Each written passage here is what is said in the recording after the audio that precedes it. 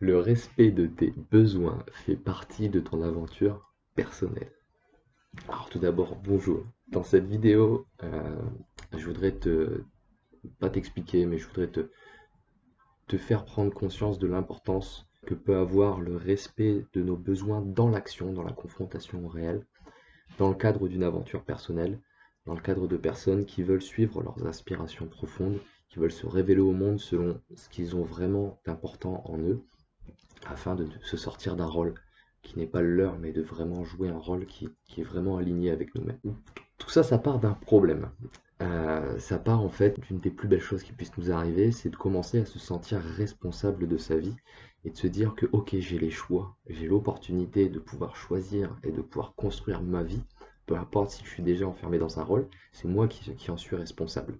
C'est magnifique, mais c'est à la fois un fardeau qui fait que c'est un petit peu difficile. On a des limitations à franchir, il faut sortir de sa zone de confort.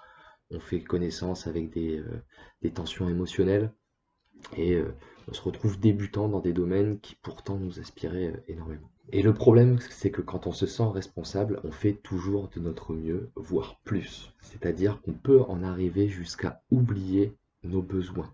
Et justement, c'est une grosse erreur que d'oublier ses besoins. Parce que nos besoins font partie de notre aventure personnelle, ils sont la condition nécessaire au bon accomplissement de notre aventure personnelle, à cette voie que l'on veut suivre d'être aligné avec nous-mêmes, ça ne peut pas se faire sans nos besoins. Et en plus de ça, en plus d'être une condition nécessaire, ça en fait partie. Apprendre à exprimer nos besoins, apprendre à se révéler au monde nos besoins fait partie de nous et donc fait partie de notre aventure personnelle. C'est vraiment important de s'armer de respect pour nos besoins, pas que dans notre tête, mais également dans l'action et dans notre confrontation au réel, à notre quotidien. Et oui, parce que le but du jeu, c'est pas d'oublier ses besoins, c'est de se sortir d'un conditionnement et d'aller vraiment vers la personne que l'on est, de réaliser la personne que l'on est. Et ces besoins-là, ils en font partie. Nous, ce qu'on veut, c'est se sortir du conditionnement. Le problème, c'est que quand on oublie nos besoins, et ben en fait, notre cerveau, qui est en surcharge de pensée, et nos émotions qui sont en fouillis total, parce qu'on n'a pas respecté nos besoins, et ben, nous empêche de faire part de qui on est vraiment. Et c'est notre conditionnement, notre inconscient, qui vient prendre le relais et qui vient confirmer, encore une fois, qu'on s'enferme dans un rôle.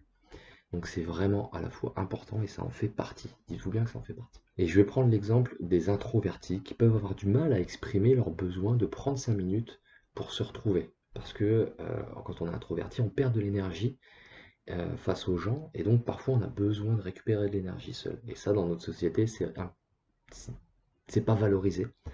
Et du coup, on peut avoir du mal à l'exprimer. Aussi pour les hypersensibles, introvertis, hypersensibles, un peu comme moi, c'est un fouillis total, mais où en fait on capte les pensées des gens, on capte les émotions des gens, et ça vient se fondre avec les nôtres, et on sait plus trop où on en est, nous. Donc on a besoin aussi de prendre du recul pour savoir où on en est. Et donc il faut l'exprimer ça. Sinon on ne peut pas y arriver. Il faut l'exprimer, ça fait partie de nous. Et c'est tout bête parce que si je ne le fais pas, si je n'exprime pas ce besoin-là et que je ne prends pas ces 5-10 minutes pour me recentrer, et bien dans ce cas-là, moi je suis enfoui dans mes pensées, je suis enfoui émotionnel, et c'est l'inconscient et le conditionnement qui prend le relais et qui vient encore une fois m'enfermer dans ce rôle dont j'ai envie de me sortir.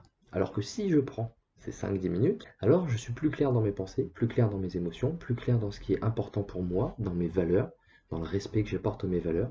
Et là, je peux vraiment donner un positionnement qui est beaucoup plus aligné avec moi-même, tout en étant bienveillant avec la personne en face de moi. Mais au moins, ça sera vraiment aligné avec moi. En plus de ça, si je le fais, eh ben, ça me donnera plus d'énergie et une énergie de meilleure qualité pour apporter de l'écoute et apporter des valeurs humanistes à la personne que j'ai en face de moi. De l'écoute, de la bienveillance, de l'amour, et puis voilà. Donc la solution concrète ici, j'en ai deux à te proposer que tu vas pouvoir choisir en fonction de comment ça se passe pour toi au quotidien, ton travail, etc. La première solution, c'est tout simplement de dire je prends 5-10 minutes pour moi. Si ça se présente face à quelqu'un, dire clairement, écoute, j'ai besoin de 5-10 minutes, j'ai besoin de 5-10 minutes afin de mieux t'écouter et afin de mieux te répondre. Ok? Donc la personne va comprendre, il n'y a pas de souci. Et c'est pas une honte. C'est pas une honte, bordel, d'exprimer ce besoin-là. C'est pas une honte, c'est une fierté. C'est une fierté de se faire passer en premier et d'être à l'écoute de qui on est vraiment. C'est ça qu'on veut. Donc c'est pas une honte, il n'y a pas de culpabilité à avoir. Cette culpabilité, elle vient de justement cet ego et cet inconscient lui-même. Il faut prendre du recul par rapport à ça. Change tes pensées en te disant que tu le fais pour ton aventure personnelle, pour ce qui est important pour toi, pour le respect de tes valeurs, pour te révéler tel que tu es vraiment. La deuxième solution que je te propose, c'est de refuser les sollicitations extérieures. On n'est pas toujours obligé d'écouter ce qu'on nous raconte. On n'est pas obligé toujours d'apporter de la bienveillance et de l'écoute aux gens. Des fois, on a besoin de 5 minutes. Donc, un geste de la main, un pas maintenant, ou pas de réponse. Tout ça, moi j'aime bien ça. Pas de réponse. Je continue ton truc, tu sais. Mais fais-le. Franchement, fais-le. La personne va comprendre ça. Et surtout, en faisant ça, tu vas autoriser la personne à en faire de même. Et c'est super important, c'est magnifique. Si chacun pouvait prendre soin de soi, ça serait magnifique. Moi, je connais personne qui prend soin de lui, qui fait des efforts sur lui, et qui est dans une situation qui est alignée avec lui, qui vient critiquer les autres. Donc, permettons aux autres de prendre du temps pour eux. Commençons par nous. Si tu souhaites aller plus loin dans le fait de se recentrer sur tes pensées, sur tes émotions, je te propose un petit challenge d'ici la fin du confinement, d'ici à ce que le mot déconfinement soit prononcé par les hautes sphères, 10 minutes de méditation par jour. Alors la méditation, si tu ne connais pas encore, la méditation c'est juste, je me réveille idéalement le matin, mais bien réveillé en tout cas, je m'assois et je regarde ce qui se passe. Si c'est le fouillis, c'est le fouillis. Je regarde le fouillis. Oh, quel bordel.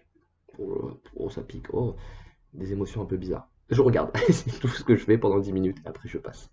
C'est pas confortable, honnêtement, pour notre ego, notre mental, notre inconscient, sur les premiers jours. Mais au bout d'une semaine, tu vas voir que ça va te permettre de gagner énormément de temps sur les moments où tu dis je prends 5 minutes pour moi. Tu vas te recentrer beaucoup plus vite. Et tu vas être beaucoup plus clair, beaucoup plus fluide, avec une énergie plus haute et de meilleure qualité. Donc moi, je m'engage à le faire. Si jamais ça t'intéresse, dis-le moi en commentaire. On se motive les uns les autres, on en a besoin. Ou alors tu peux aussi passer par Facebook. Tu m'envoies un message sur le Facebook de Mon Meilleur Moi ou carrément sur le forum de Mon Meilleur Moi. Si tu es un petit peu plus timide, tu peux m'envoyer un mail.